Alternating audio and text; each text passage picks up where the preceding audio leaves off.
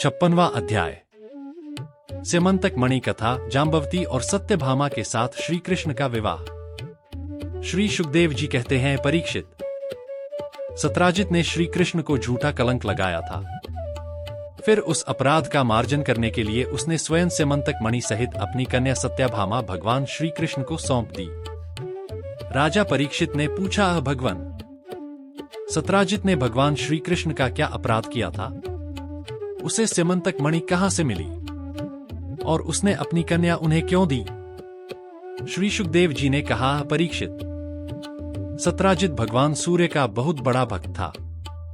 वे उसकी भक्ति से प्रसन्न होकर उसके बहुत बड़े मित्र बन गए थे। सूर्य भगवान ने ही प्रसन्न होकर बड़े प्रेम से उसे स्यमंतक मणि दी थी।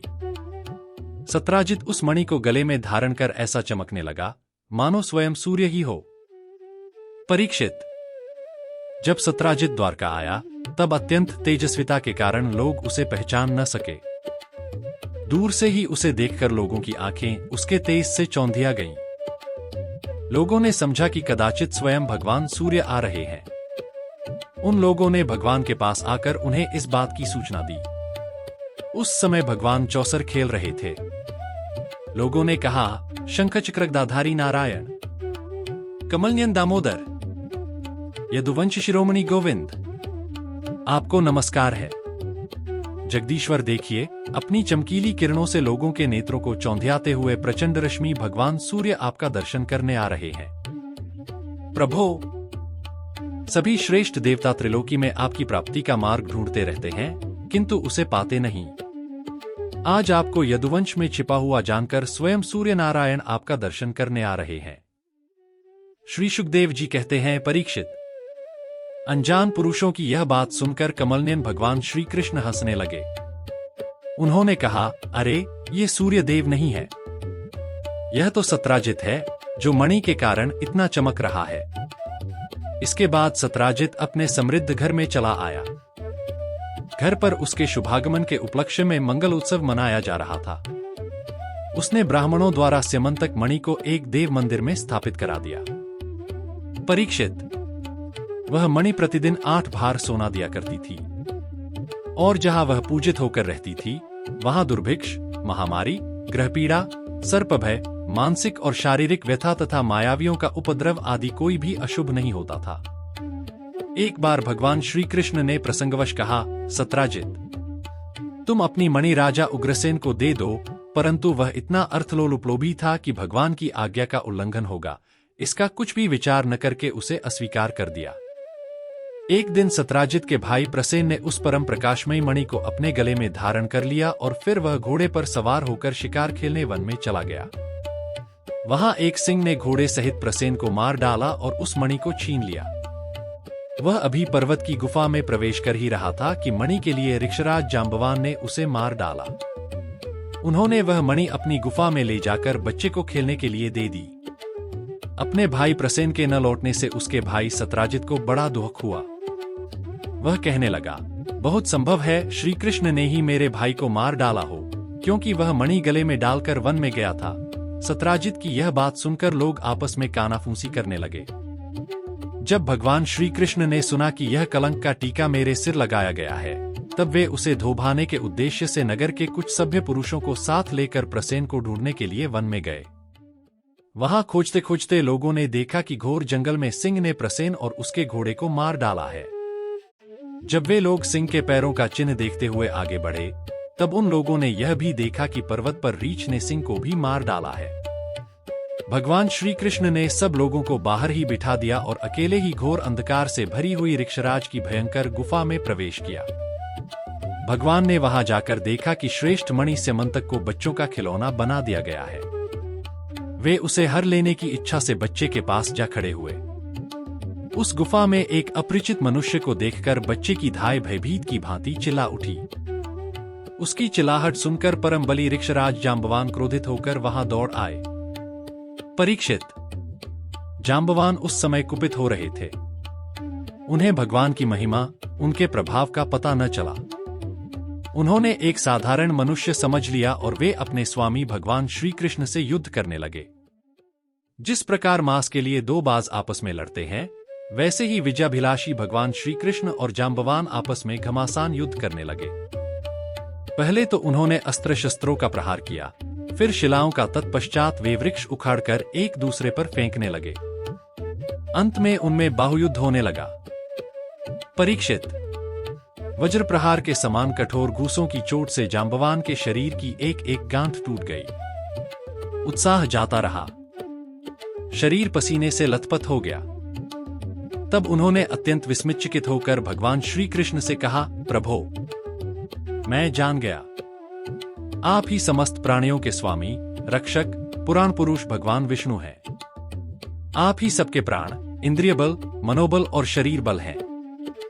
आप विश्व के रचयिता ब्रह्मा आदि को भी बनाने वाले हैं।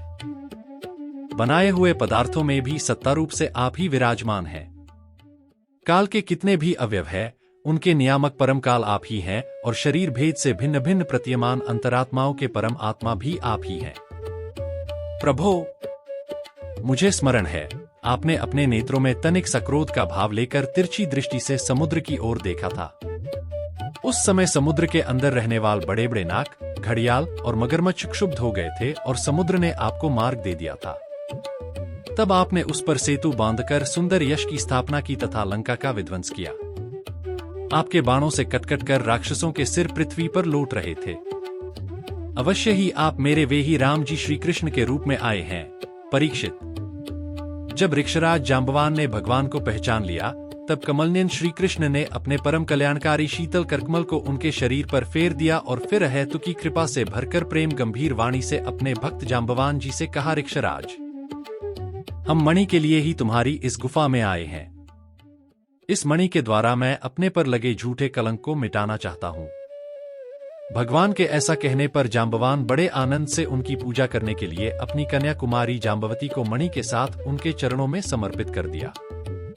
भगवान श्री कृष्ण जिन लोगों को गुफा के बाहर छोड़ गए थे, उन्होंने 12 दिन तक उनकी प्रतीक्षा की, परंतु जब उन्होंने देखा कि अब तक वे गुफा से नहीं निकले, तब वे अत्यंत दुखी होकर द्वारका लौट गए। वहां जब माता देवकी, रुक्मणी, वसुदेव जी तथा अन्य संबंधियों और कुटुंबियों को यह मालूम हुआ कि श्री कृष्ण गुफा से नहीं निकले, तब उन्हें बड़ा शोक हुआ।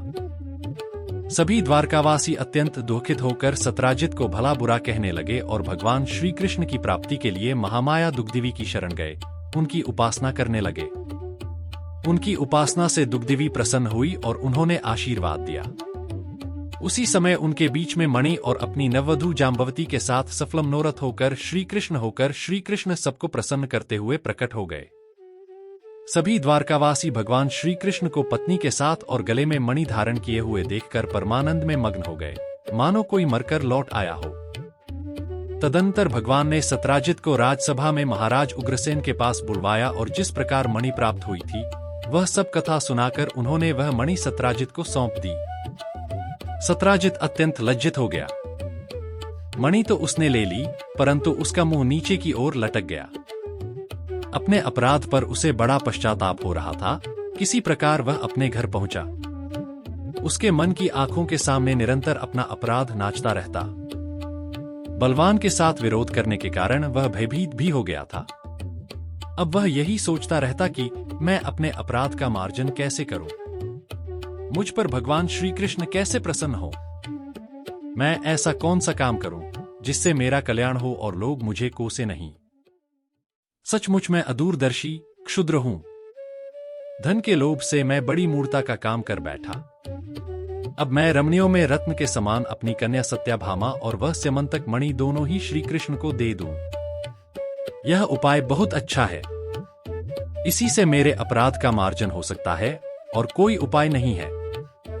सत्राजित ने अपनी विवेक बुद्धि से ऐसा निश्चय करके स्वयं ही इसके लिए उद्योग किया और अपनी कन्या तथा स्यमंतक मणि दोनों ही ले जाकर श्री कृष्ण को अर्पण कर दी। सत्यभामाशील स्वभाव, सुंदरता, उदारता आदि सद्गुणों से संपन्न थी। बहुत से लोग चाहते थे कि सत्यभामा हमें मिले और उन लोगों ने उन्हें मांगा भी था, परंतु अब भगवान श्री कृष्ण ने विधिपूर्वक उनका पाणिग्रहण किया। परीक्षित, भगवान श्री कृष्ण ने सत्राजित से कहा, हम स्यमंतक मणि न लेंगे। आप सूर्य भगवान के भक्त हैं, इसलिए वह आपके ही पास रहे। हम तो केवल उसके फल के अर्थात उससे निकले हुए सोने के अधिकारी हैं। वही आप हमें दे दिया करें। 57वां अध्याय। स्यमंतकहरण, शतधन्वा उद्धार और अक्रूर जी को फिर से द्वारका बुलाना। श्री सुखदेव जी कहते हैं, परीक्षित, यद्यपि भगवान श्री कृष्ण को इस बात का पता था कि लाक्षागृह की आग से पांडवों का बाल भी बाका न हुआ है, तथापि जब उन्होंने सुना कि कुंती और पांडव जल मरे, तब उस समय का कुल परंपरोचित व्यवहार करने के लिए वे बलराम जी के साथ हस्तिनापुर गए। वहां जाकर भीष्म पितामह, कृपाचार्य, विदुर, गांधारी और द्रोणाचार्य से मिलकर उनके साथ संवेदना सहानुभूति प्रकट की और उन लोगों से कहने लगे, हाय हाय, यह तो बड़े दुख की बात हुई। भगवान श्री कृष्ण के हस्तिनापुर चले जाने से द्वारका में अक्रूर और कृतवर्मा को अवसर मिल गया। उन लोगों ने शतधन्वा से आकर कहा, तुम सत्राजित से मणि क्यों नहीं छीन लेते? सत्राजित ने अपनी श्रेष्ठ कन्या का विवाह हमसे करने का वचन दिया था और अब उसने हम लोगों का तिरस्कार करके उसे श्री कृष्ण के साथ ब्याह दिया है। अब सत्राजित भी अपने भाई प्रसेन की तरह क्यों न यमपुरी में जाए? शतधन्वा पापी था और अब तो उसकी मृत्यु भी उसके सिर पर नाच रही थी। अक्रूर और कृतवर्मा इस प्रकार बहकाने पर शतधन्वा उनकी बातों में आ गया और उस महादुष्ट ने लोभवश सोए हुए सत्राजित को मार डाला। इस समय स्त्रियां अनाथ के समान रोने चिल्लाने लगीं, परंतु शतधन्वा ने उनकी ओर तनिक भी ध्यान न दिया।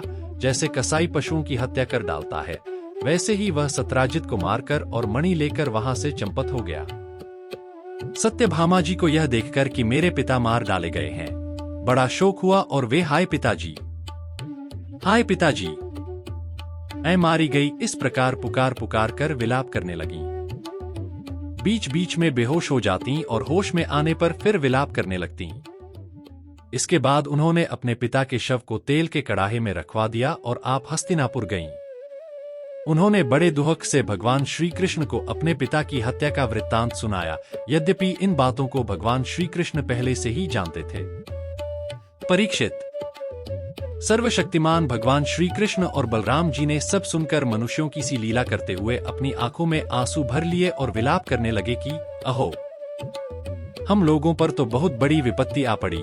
इसके बाद भगवान श्री कृष्ण सत्यभामा जी और बलराम जी के साथ हस्तिनापुर से द्वारका लौट आए और शतधन्वा मारने तथा उससे मणि छीनने का उद्योग करने लगे। जब शतधन्वा को यह मालूम हुआ कि भगवान श्री कृष्ण मुझे मारने का उद्योग कर रहे हैं, तब वह बहुत डर गया और अपने प्राण बचाने के लिए उसने कृतवर्मा से सहायता मांगी। तब कृतवर्मा ने कहा, भगवान श्री कृष्ण और बलराम जी सर्वशक्तिमान ईश्वर हैं, मैं उनका सामना नहीं कर सकता। भला ऐसा कौन है जो उनके साथ वैर बांधकर इस लोक और परलोक में सकुशल रह सके? तुम जानते हो कि कंस उन्हीं से द्वेष करने के कारण राज्य लक्ष्मी को खो बैठा और अपने अनुयायियों के साथ मारा गया। जरासंध जैसे शूरवीर को भी उनके सामने 17 बार मैदान में हारकर बिना रथ के ही अपनी राजधानी लौट जाना पड़ा था। जब कृतवर्मा ने उसे इस प्रकार टका सा जवाब दे दिया, तब शतधन्वा ने सहायता के लिए अक्रूर जी से प्रार्थना की। उन्होंने कहा, भाई, ऐसा कौन है जो सर्वशक्तिमान भगवान का बल पौरुष जानकर भी उनसे वैर विरोध ठाने, जो भगवान खेल खेल में ही इस विश्व की रचना, रक्षा और सहार करते हैं तथा जो कब क्या करना चाहते हैं, इस बात को माया से मोहित ब्रह्मा आदि विश्व विधाता भी नहीं समझ पाते, जिन्होंने 7 वर्ष की अवस्था में, जब वे निरे बालक थे, एक हाथ से ही गिरिराज गोवर्धन को उखाड़ लिया और जैसे नन्हे नन्हे बच्चे बरसाती छत्ते को उखाड़ हाथ में रख लेते हैं, वैसे ही खेल खेल में 7 दिनों तक उसे उठाए रखा। मैं तो उन भगवान श्री कृष्ण को नमस्कार करता हूँ। उनके कर्म अद्भुत हैं, वे अनंत अनादि, एक रस और आत्मस्वरूप हैं। मैं उन्हें नमस्कार करता हूँ। जब इस प्रकार अक्रूर जी ने भी उसे कोरा जवाब दे दिया, तब शतधन्वा ने स्यमंतक मणि उन्हीं के पास रख दी और आप 400 कोस लगातार चलने वाले घोड़े पर सवार होकर वहां से बड़ी फुर्ती से भागा। परीक्षित, भगवान श्री कृष्ण और बलराम दोनों भाई अपने उस रथ पर सवार हुए, जिस पर गरुड़ चिन्ह से चिन्हित ध्वजा फहरा रही थी और बड़े वेग वाले घोड़े जुटे हुए थे। अब उन्होंने अपने श्वसुर सत्राजित को मारने वाले शतधन्वा का पीछा किया। मिथिलापुरी के निकट एक उपवन में शतधन्वा का घोड़ा गिर पड़ा। अब वह उसे छोड़कर पैदल ही भागा। वह अत्यंत भयभीत हो गया था। भगवान श्री कृष्ण भी क्रोध करके उसके पीछे दौड़े। शतधन्वा पैदल ही भाग रहा था। इसलिए भगवान ने पैदल ही दौड़कर अपने तीक्ष्ण धार वाले चक्र से उसका सिर उतार लिया और उसके वस्त्रों में स्यमंतक मणि को ढूंढा। परंतु जब मणि नहीं मिली तब भगवान श्री कृष्ण ने बड़े भाई बलराम जी के पास आकर कहा, हमने शतधन्वा को व्यर्थ ही मारा, क्योंकि उसके पास स्यमंतक मणि तो है ही नहीं। बलराम जी ने कहा, इसमें संदेह नहीं कि शतधन्वा ने स्यमंतक मणि को किसी न किसी के पास रख दिया है। अब तुम द्वारका जाओ और उसका पता लगाओ। मैं विदेहराज से मिलना चाहता हूं, क्योंकि वे मेरे बहुत ही प्रिय मित्र हैं। परीक्षित। यह कहकर यदुवंश शिरोमणि बलराम जी मिथिला नगरी में चले गए। जब मिथिला नरेश ने देखा कि पूजनीय बलराम जी महाराज पधारे हैं, तब उनका हृदय आनंद से भर गया। उन्होंने झटपट अपने आसन से उठकर अनेक सामग्रियों से उनकी पूजा की। इसके बाद भगवान बलराम जी कई वर्षों तक मिथिलापुरी में ही रहे। महात्मा जनक ने बड़े प्रेम और सम्मान से उन्हें रखा। इसके बाद समय पर धृतराष्ट्र के पुत्र दुर्योधन ने बलराम जी से गदायुद्ध की शिक्षा ग्रहण की। अपनी प्रिय सत्यभामा का प्रिय कार्य करके भगवान श्री कृष्ण द्वारका लौट आए और उनको यह समाचार सुना दिया कि शतधन्वा को मार डाला गया, परंतु स्यमंतक मणि उसके पास न मिली। इसके बाद उन्होंने भाई बंधुओं के साथ अपने श्वशुर सत्राजित की वे सब ऊर्ध्वदेहिक क्रियाएं करवाईं, जिनसे मृतक प्राणी का परलोक सुधरता है। अक्रूर और कृतवर्मा ने शतधन्वा को सत्राजित के वध के लिए उत्तेजित किया था। इसलिए जब उन्होंने सुना कि भगवान श्री कृष्ण ने शतधन्वा को मार डाला है, तब वे अत्यंत भयभीत होकर द्वारका से भाग खड़े हुए। परीक्षित। कुछ लोग ऐसा मानते हैं कि अक्रूर के द्वारका से चले जाने पर द्वारकावासियों को बहुत प्रकार के अनिष्टों और अरिष्टों का सामना करना पड़ा।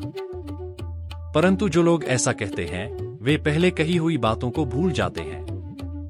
भला यह भी कभी संभव है कि जिन भगवान श्री कृष्ण में समस्त ऋषिमुनि निवास करते हैं, उनके निवास स्थान द्वारका में उनके रहते कोई उपद्रव खड़ा हो जाए। उस समय नगर के बड़े बूढ़े लोगों ने कहा, एक बार काशी नरेश के राज्य में वर्षा नहीं हो रही थी, सूखा पड़ गया था। तब उन्होंने अपने राज्य में आए हुए अक्रूर के पिता श्वफल्क को अपनी पुत्री गांधिनी ब्याह दी। तब उस प्रदेश में वर्षा हुई। अक्रूर भी श्वफल्क के ही पुत्र हैं और इनका प्रभाव भी वैसा ही है। इसलिए जहां जहां अक्रूर रहते हैं, वहां वहां खूब वर्षा होती है तथा किसी प्रकार का कष्ट और महामारी आदि उपद्रव नहीं होते। परीक्षित। उन लोगों की बात सुनकर भगवान ने सोचा कि इस उपद्रव का यही कारण नहीं है। यह जानकर भी भगवान ने दूत भेजकर अक्रूर को ढूंढवाया और आने पर उनसे बातचीत की। भगवान ने उनका खूब स्वागत सत्कार किया और मीठी मीठी प्रेम की बातें कहकर उनसे संभाषण किया। परीक्षित। भगवान सबके चित्त का एक एक संकल्प देखते रहते हैं। इसलिए उन्होंने मुस्कुराते हुए अक्रूर से कहा, चाचा जी, आप दान धर्म के पालक हैं। हमें यह बात पहले से ही मालूम है कि शतधन्वा आपके पास वह स्यमंतक मणि छोड़ गया है, जो बड़ी ही प्रकाशमान और धन देने वाली है। आप जानते ही हैं कि सत्राजित के कोई पुत्र नहीं है, इसलिए उनकी लड़की के लड़के उनके नाती ही उन्हें तिलांजलि और पिंड दान करेंगे, उनका ऋण चुकाएंगे और जो कुछ बच रहेगा उसके उत्तराधिकारी होंगे। इस प्रकार शास्त्रीय दृष्टि से यद्यपि स्यमंतक मणि हमारे पुत्रों को ही मिलनी चाहिए, तथापि वह मणि आपके ही पास रहे, क्योंकि आप बड़े व्रतनिष्ठ और पवित्रात्मा हैं तथा दूसरों के लिए उस मणि को रखना अत्यंत कठिन भी है। परंतु हमारे सामने एक बहुत बड़ी कठिनाई यह आ गई है कि हमारे बड़े भाई बलराम जी मणि के संबंध में मेरी बात का पूरा विश्वास नहीं करते। इसलिए महाभाग्यवान अक्रूर जी, आप वह मणि दिखाकर हमारे इष्ट मित्र बलराम जी, सत्यभामा और जाम्बती का संदेह दूर कर दीजिए और उनके हृदय में शांति का संचार कीजिए। हमें पता है कि उसी मणि के प्रताप से आजकल आप लगातार ही ऐसे यज्ञ करते रहते हैं जिसमें सोने की वेदियां बनती हैं। परीक्षित। जब भगवान श्री कृष्ण ने इस प्रकार सांत्वना देकर उन्हें समझाया बुझाया, तब अक्रूर जी ने वस्त्र में लपेटी हुई सूर्य के समान प्रकाशमान वह मणि निकाली और भगवान श्री कृष्ण को दे दी। भगवान श्री कृष्ण ने वह स्यमंतक मणि अपने जाति भाइयों को दिखाकर अपना कलंक दूर कर दिया और उसे अपने पास रखने में समर्थ होने पर भी पुनः अक्रूर जी को लौटा दिया। सर्वशक्तिमान सर्वव्यापक भगवान श्री कृष्ण के पराक्रम से परिपूर्ण यह आख्यान समस्त पापों, अपराधों और कलंकों का मार्जन करने वाला तथा परम मंगलमय है। जो इसे पढ़ता, सुनता अथवा स्मरण करता है, वह हर प्रकार की अपकीर्ति और पापों से छूटकर शांति का अनुभव करता है।